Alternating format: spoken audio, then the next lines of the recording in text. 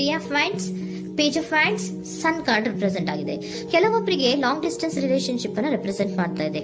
ಮತ್ತೆ ಕೆಲವೊಬ್ರು ಟ್ರಾವೆಲ್ ಮಾಡೋದ್ರ ಮೂಲಕ ನಿಮ್ಮ ಪರ್ಸನ್ ಅನ್ನ ನೀವು ಭೇಟಿಯಾಗಿರುವಂತಹ ಪಾಸ್ಟ್ ನಲ್ಲಿ ರೆಪ್ರೆಸೆಂಟ್ ಆಗ್ತಾ ಇದೆ. ನಿಮ್ಮ ಪಾಸ್ಟ್ ನಲ್ಲಿ ನಿಮ್ಮ ಲವ್ ಲೈಫ್ ನ ವಿಚಾರದಲ್ಲಿ ಒಂದು ರೊಮ್ಯಾಂಟಿಕ್ ಇತ್ತು, ಒಂದು ರೀತಿಯ ಕ್ಯೂರಿಯಾಸಿಟಿ ಇತ್ತು, ಒಂದು ಎಂಜಾಯ್ ಇತ್ತು. ಕೆಲವೊಂದು ರೀತಿಯ ಮೆಸೇಜ್ ಗಳನ್ನ ಎಕ್ಸ್ಚೇಂಜಿಂಗ್ ಮಾಡ್ಕೋತಾ ಇದ್ರಿ, ಫೋನ್ಗಳ ಮೂಲಕ ಅಥವಾ ವಾಟ್ಸ್ಆಪ್ ಗಳ ಮೂಲಕ ಮೆಸೇಜ್ ಗಳನ್ನ ಕಳಿಸ್ಕೊಳ್ಳುವಂತಹದ್ದು, ಒಂದು ರೀತಿಯ ಕ್ಯೂರಿಯಾಸಿಟಿ, ಎಕ್ಸೈಟ್ಮೆಂಟ್ ಗಳೆಲ್ಲ ನಿಮ್ಮ ಲವ್ ಲೈಫ್ ನ ವಿಚಾರದಲ್ಲಿ ಇತ್ತು. ಪಾಸ್ಟ್ ನಲ್ಲಿ ಕೂಡ ನಿಮ್ಮ ಲವ್ ಲೈಫ್ ನ ವಿಚಾರದಲ್ಲಿ ಯಾವುದೇ ರೀತಿಯ ತೊಂದರೆಗಳಿರಲಿಲ್ಲ. ಸೊ ಪಾಸಿಟಿವ್ ಆಗಿತ್ತು.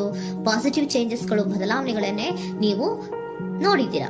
ಯಾವುದೇ ರೀತಿಯ ತೊಂದರೆಗಳೇನು, ಜಗಳಗಳೇನು ಇಲ್ಲದೆ ಇರುವಂತಹದ್ದು ರೆಪ್ರೆಸೆಂಟ್ ಆಗ್ತಾ ಇದೆ. ಅಟ್ ದ ಪ್ರೆಸೆಂಟ್ ಸಿಚುಯೇಷನ್ ಹೇಗಿದೆ? ಈಗಿನ ಸಿಚುಯೇಷನ್ ಕೂಡ ಸೆಕ್ಯೂರ್ ಆಗಿರುವಂತಹದ್ದು. ನಿಮ್ಮ ಲವ್ ಲೈಫ್ ನ ವಿಚಾರದಲ್ಲಿ ಅಟ್ ಪ್ರೆಸೆಂಟ್ ಅಲ್ಲೂ ಕೂಡ, ಈ ಹಿಂದೆನೂ ಕೂಡ ನಿಮಗೆ ಚೆನ್ನಾಗೇ ಇತ್ತು, ಈಗಲೂ ಕೂಡ ಪ್ರೆಸೆಂಟ್ ಅಲ್ಲಿ ನಿಮಗೆ ಕಿಂಗ್ ಆಫ್ ಪ್ಯಾಂಟಿಕಲ್ ರೆಪ್ರೆಸೆಂಟ್ ಆಗ್ತಾ ಇರೋದ್ರಿಂದ ನಿಮಗೆ ಲವ್ ಲೈಫ್ ನ ವಿಚಾರದಲ್ಲಿ ಚೆನ್ನಾಗೇ ಇದೆ. ಸೊ ಒಂದು ಭದ್ರತೆ ಇದೆ. ಲವ್ ಲೈಫ್ ನ ವಿಚಾರದಲ್ಲಿ ಒಂದು ಸಾಮರಸ್ಯ ಇದೆ. ಯಾವುದೇ ರೀತಿಯ ತೊಂದರೆಗಳು ಏನು ಕಾಣ್ತಾ ಇಲ್ಲ. ಸೆಕೆಂಡ್ ಕಾರ್ಡ್ ಬಂದಿರುವಂತಹದ್ದು ಪ್ರೆಸೆಂಟ್ ಸಿಚುಯೇಷನ್ ಅಲ್ಲಿ ಸ್ಟ್ರೆಂತ್ ಇದೆ, ಬಾಂಡೇಜ್ ಇದೆ. ಚೆನ್ನಾಗಿ ನೀವಿಬ್ಬರ ಮಧ್ಯೆ ಒಂದು ಬಾಂಡೇಜ್ ಇದೆ, ಸಾಮರಸ್ಯ ಇದೆ, ಹೊಂದಾಣಿಕೆ ಗುಣಗಳು ತುಂಬಾ ಇದೆ. ಆದ್ರೂ ಕೂಡ ಅಟ್ ಪ್ರೆಸೆಂಟ್ ಅಲ್ಲಿ ಕೆಲವೊಂದು ವಿಚಾರಗಳ ಬಗ್ಗೆ ಅನುಮಾನವನ್ನ ಪಡ್ತಾ ಇರುವಂತಹದ್ದು ರೆಪ್ರೆಸೆಂಟ್ ಆಗ್ತಾ ಇದೆ.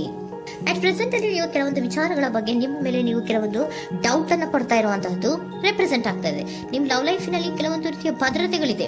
ಸೊ ಯಾವುದೇ ರೀತಿಯ ತೊಂದರೆಗಳೇನೂ ಇಲ್ಲ, ಒಂದು ರೀತಿಯ ಗುಡ್ ಬಾಂಡೇಜ್ ಇದೆ. ಆದ್ರೂ ಕೂಡ ನಿಮ್ಮಲ್ಲಿ ಯಾಕೋ ಆತ್ಮವಿಶ್ವಾಸ ಇಲ್ಲ, ಆತ್ಮವಿಶ್ವಾಸದ ಕೊರತೆಗಳು ರೆಪ್ರೆಸೆಂಟ್ ಆಗ್ತಾ ಇದೆ. ಯಾವುದೋ ಕೆಲವೊಂದು ಅನುಮಾನಗಳು ನಿಮ್ಮಲ್ಲಿ ನಿಮ್ಮ ಲವ್ ಲೈಫಿನ ವಿಚಾರವಾಗಿ ಇರುವಂತಹದ್ದು ರೆಪ್ರೆಸೆಂಟ್ ಆಗ್ತಾ ಇದೆ.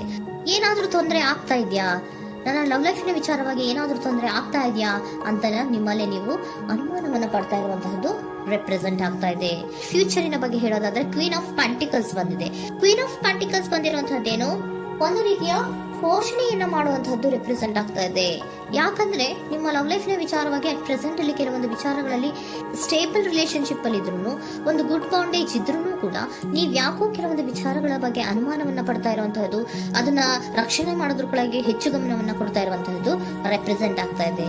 ಇಮಿಡಿಯೇಟ್ ಫ್ಯೂಚರಿನ ಬಗ್ಗೆ ಹೇಳೋದಾದ್ರೆ ನೀವೊಂದು ರೀತಿಯ ಪೋಷಣೆಗಳನ್ನ ಮಾಡುವಂತಹದ್ದು, ನಿಮ್ಮ ಲವ್ ಲೈಫಿನ ವಿಚಾರವಾಗಿ ಕೆಲವೊಂದು ರೀತಿಯ ಹೆಚ್ಚು ಗಮನವನ್ನ ಕೊಡುವಂತಹದ್ದು, ಯಾವುದೋ ನಿಮ್ಮ ವಿಚಾರಗಳಲ್ಲಿ ಹಿಡಿತದಲ್ಲಿ ಏನ್ ಇಟ್ಕೊಂಡಿದ್ರೋ, ನಿಮ್ಮ ಪೊಸೆಸಿವ್ನೆಸ್ ಅನ್ನ ಏನ್ ಇಟ್ಕೊಂಡಿದ್ರೋ, ಯಾವುದೋ ಕೆಲವು ವಿಚಾರಗಳಲ್ಲಿ ನೀವು ಬಹಳಷ್ಟು ಓಪನ್ ಅಪ್ ಆಗಿ ಮಾತಾಡದೆ, ಯಾವ ವಿಚಾರಗಳನ್ನು ಕೂಡ ಹೇಳ್ಕೊಳ್ಳದೆ, ನಿಮ್ಮಲ್ಲೇ ನೀವು ಕೆಲವೊಂದು ಬೇಜಾರುಗಳನ್ನ ಏನ್ ಇಟ್ಕೊಂಡಿದ್ರೋ ಆ ವಿಚಾರಗಳನ್ನ ನೀವು ಮಾತಾಡುವಂತಹ ಸಾಧ್ಯತೆಗಳು ಇಮ್ಮಿಡಿಯೇಟ್ ಫ್ಯೂಚರ್ ನಲ್ಲಿ ಕಾಣಿಸ್ತಾ ಇದೆ. ಯಾವುದೋ ಕೆಲವೊಂದು ವಿಚಾರ, ಯಾಕೆ ಯಾವುದೋ ಕೆಲವು ವಿಚಾರಗಳಲ್ಲಿ ನಿಮಗೆ ಅನುಮಾನಗಳು ರೆಪ್ರೆಸೆಂಟ್ ಆಗ್ತದೆ. ಲವ್ ಲೈಫಿನ ವಿಚಾರ, ಪ್ರೀತಿಯಲ್ಲಿ ಯಾವಾಗ ಅನುಮಾನಗಳು ಸೃಷ್ಟಿಯಾಗುತ್ತೋ ನಾವು ಅವಾಗವಾಗ್ಲೇ ಅದನ್ನ ಬಗೆಹರಿಸ್ಕೊಬೇಕು. ನಮ್ಮಲ್ಲೇ ಇಟ್ಕೊಳ್ಳೋದು, ಅಯ್ಯೋ ಏನಾಗ್ತಾ ಇದೆಯೋ ಅಂತ ಕೊರಗೋದು ಅಥವಾ ಏನಾಗ್ಬಿಡುತ್ತೋ ಅಂತ ಭಯ ಪಡುವಂತಹದ್ದು ಏನು ಬೇಕಾಗಿಲ್ಲ. ಯಾಕಂದ್ರೆ ಲವ್ ಇರುವಂತಹದ್ದೇ ನಂಬಿಕೆಯ ಬುನಾದಿಯ ಮೇಲೆ. ಸೊ ನೀವೇನ್ ಮಾಡ್ಬೇಕು, ಏನಾದ್ರೂ ಸ್ವಲ್ಪ ಡೌಟ್ಗಳು ಬಂದಾಗ ನೀವು ಅದನ್ನ ಬಗೆಹರಿಸ್ಕೊಬೇಕು.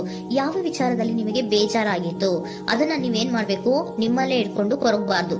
ಓಪನ್ ಅಪ್ ಆಗಿ ಮಾತಾಡೋದ್ರ ಮೂಲಕ ನೀವು ಕ್ಲಾರಿಟಿಯನ್ನ ತಗೊಳ್ಳುವಂತದ್ದು ನಿಮಗೆ ಇಮಿಡಿಯೇಟ್ ಫ್ಯೂಚರ್ ನಲ್ಲಿ ಕಾಣಿಸ್ತಾ ಇದೆ. ಯಾವುದೇ ವಿಚಾರಗಳ ಬಗ್ಗೆ ನೀವು ನಿಮ್ಮ ಲವ್ ಅನ್ನ ಅಥವಾ ನಿಮ್ಮ ಪ್ರೀತಿಯನ್ನ ಭದ್ರವಾಗಿ ಉಳಿಸ್ಕೊಳ್ಳೋದಕ್ಕೋಸ್ಕರವಾಗಿ ನೀವು ನಿಮ್ಮಲ್ಲೇ ಇಟ್ಕೊಂಡಿದ್ದಂತಹ ಅಥವಾ ಕೆಲವು ಬೇಜಾರಿನ ವಿಷಯಗಳ ಬಗ್ಗೆ ನೀವು ಹೆಚ್ಚು ಮಾತಾಡಿ, ಓಪನ್ ಅಪ್ ಆಗಿ ಕೆಲವೊಂದು ವಿಚಾರಗಳ ಬಗ್ಗೆ ಮಾತಾಡುವಂತಹದ್ದು ಮತ್ತೆ ಅದನ್ನ ಕ್ಲಾರಿಟಿಗೆ ತಗೊಳ್ಳುವಂತಹದ್ದು ರೆಪ್ರೆಸೆಂಟ್ ಆಗ್ತಾ ಇದೆ. ನಿಮ್ಮಲ್ಲಿ ಬಾಟಮ್ ಆಫ್ ದ ಡಕ್ ಅಲ್ಲಿ ಬಂದಿರುವಂತಹದ್ದೇ ಅದು. ಖುಷಿಯಾಗಿರ್ಬೇಕು, ಸಂತೋಷವಾಗಿರ್ಬೇಕು, ನಮ್ಮ ಲವ್ ಲೈಫಿನ ವಿಚಾರದಲ್ಲಿ ಒಂದು ಎಂಜಾಯ್ ಇರಬೇಕು, ಮತ್ತೆ ನೆಮ್ಮದಿ ಇರಬೇಕು, ಯಾವುದೇ ರೀತಿ ಗಲಿಬಿಲಿಗಳಿರಬಾರ್ದು ಅನ್ನೋಂತಹದ್ದೇ ನಿಮ್ಮ ಎನರ್ಜಿಯಲ್ಲಿ ರೆಪ್ರೆಸೆಂಟ್ ಆಗ್ತಾ ಇರೋದು. ಅದಕ್ಕೋಸ್ಕರನೇ ನೀವ್ ಏನೇನು ಕೆಲವೊಂದು ಸ್ವಲ್ಪ ಅನುಮಾನವನ್ನ ಪಡ್ತಾ ಇದ್ರಿ ಅಥವಾ ಕೆಲವೊಂದು ವಿಚಾರಗಳಲ್ಲಿ ನೀವು ಡಿಸ್ಟರ್ಬ್ ಆಗಿದ್ರಿ, ಓಪನ್ ಅಪ್ ಆಗದೆ ಹೇಳ್ದೆ ನಿಮ್ಮಲ್ಲೇ ನೀವು ಬೇಜಾರನ್ನ ಮಾಡ್ಕೊಂಡು ಏನು ಕೆಲವು ವಿಚಾರಗಳ ಬಗ್ಗೆ ಕೊರಗ್ತಾ ಇದ್ರಿ, ಅದನ್ನ ನೀವು ಓಪನ್ ಅಪ್ ಆಗಿ ಮಾತಾಡಿ ಅದರ ಬಗ್ಗೆ ತಿಳ್ಕೊಳ್ಳುವಂತಹದ್ದು, ಅದನ್ನ ಕ್ಲಾರಿಟಿಗೆ ತಗೊಳ್ಳುವಂತಹದ್ದು ನಿಮ್ಗೆ ರೆಪ್ರೆಸೆಂಟ್ ಆಗ್ತಾ ಇದೆ. ಪಾಸ್ಟಿನಲ್ಲಿ ನಿಮ್ಗೆ ತುಂಬಾನೇ ಚೆನ್ನಾಗಿತ್ತು, ಅಟ್ ಪ್ರೆಸೆಂಟಿನಲ್ಲೂ ತುಂಬಾನೇ ಚೆನ್ನಾಗಿದೆ. ಬಟ್ ಕೆಲವೊಂದು ವಿಚಾರಗಳ ಬಗ್ಗೆ ನೀವು ಸೆಲ್ಫ್ ಡೌಟ್ ಅನ್ನ ಪಡ್ತಾ ಇರುವಂತಹದ್ದು ರೆಪ್ರೆಸೆಂಟ್ ಆಗ್ತಾ ಇದೆ. ಏನಾಗ್ತಾ ಇದೆಯೋ ಅನ್ನೋದ್ರ ಬಗ್ಗೆ ನೀವು ಸ್ವಲ್ಪ ವಿಶ್ವಾಸವನ್ನ ಕಡಿಮೆ ಮಾಡ್ಕೊಳ್ತಾ ಇರುವಂತಹದ್ದು ರೆಪ್ರೆಸೆಂಟ್ ಆಗಿತ್ತು. ಬಟ್ ಆದ್ರೆ ಇನ್ನು ಇಮಿಡಿಯೇಟ್ ಫ್ಯೂಚರ್ ನಲ್ಲಿ ಏನಪ್ಪಾ ಅಂದ್ರೆ ನಿಮ್ಮ ಲವ್ ಲೈಫ್ ಅನ್ನ ನಾವು ಉಳಿಸ್ಕೊಬೇಕು, ನಾನು ಎಲ್ಲವನ್ನ ನನ್ನ ಕಂಟ್ರೋಲ್ ಅಲ್ಲೇ ಇಟ್ಕೊಂಡು ಅಥವಾ ಪೊಸೆಸಿವ್ನೆಸ್ ಅನ್ನ ಬೆಳೆಸ್ಕೊಂಡು ನಾನೇ ಬೇಜಾರು ಮಾಡ್ಕೊಂಡಿದ್ರೆ ಸರಿ ಇಲ್ಲ, ನಾನು ಓಪನ್ ಅಪ್ ಆಗಿ ಮಾತಾಡಿ ಕೆಲವೊಂದು ವಿಚಾರಗಳ ಬಗ್ಗೆ ನಾನು ಕ್ಲಾರಿಟಿಯನ್ನ ತಗೋಬೇಕು ಅಂತ ಆಲೋಚನೆಯನ್ನ ಮಾಡ್ತಾ ಇರುವಂತಹದ್ದು ರೆಪ್ರೆಸೆಂಟ್ ಆಗ್ತಾ ಇದೆ. ಓಕೆನಾ? ಒಂದು ಏಂಜಲ್ ಗೈಡೆನ್ಸ್ ನ ನಿಮ್ಮ ಲವ್ ರೀಡಿಂಗಿನ ವಿಚಾರವಾಗಿ ತಗೊಂಡ್ಬಿಡೋಣ ಅಲ್ವಾ.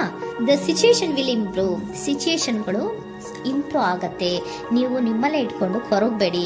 ಯಾವುದೇ ವಿಚಾರಗಳನ್ನ ನಾವು ಓಪನ್ ಅಪ್ ಆಗ್ಬೇಕು. ನಾವೇ ಬೇಜಾರು ಮಾಡ್ಕೊಂಡ್ರೆ ಅವ್ರಿಗೆ ಏನ್ ಅರ್ಥ ಆಗುತ್ತೆ, ನಿಮ್ ಪರ್ಸನ್ ಏನ್ ಅರ್ಥ ಆಗುತ್ತೆ, ಏನಕ್ಕೆ ಬೇಜಾರು ಮಾಡ್ಕೊಂಡಿದೀರಾ ಅಂತ ಅವ್ರು ತಿಳ್ಕೊಬೇಕು ಅಲ್ವಾ.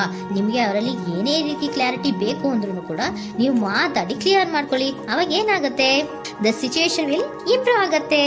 ಇದಿಷ್ಟು ನಿಮ್ಮ ಮಂತಿನ ಲವ್ ರೀಡಿಂಗ್.